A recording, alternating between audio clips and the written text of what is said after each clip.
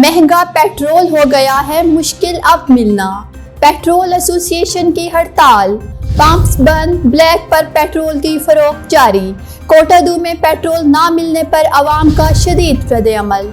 कोटादू तहरीक इंसाफ के देरीना वर्कर की अपनी हुकूमत पर मज़ाहिया तनकीद। पेट्रोल ना मिलने पर बोतल हाथ में उठाए पेट्रोल मांगने की वीडियो सोशल मीडिया पर वायरल।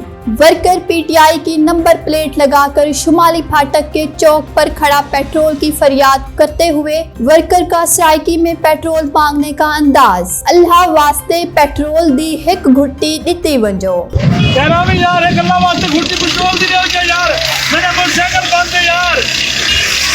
पेट्रोल की फरियाद करने वाला वर्कर कोटादू चाचा पीटीआई के नाम से मशहूर है। दूसरी वीडियो में कोटादू का बुजुर्ग शहरी भी पेट्रोल ना मिलने पर फट पड़ा। बुजुर्ग ने तहरीक इंसाफ के एमपीए को ललकारते हुए पेट्रोल की फरियाद कर डाली। वायरल होने वाली वीडियो में बुजुर्ग के अल्फाज कुछ इस तरह थे: पेट्रोल नहीं मिल रहा, अब अशरफ रिंद तुम कहाँ हो? पंप पर आओ, हमें पेट्रोल दिलवाओ।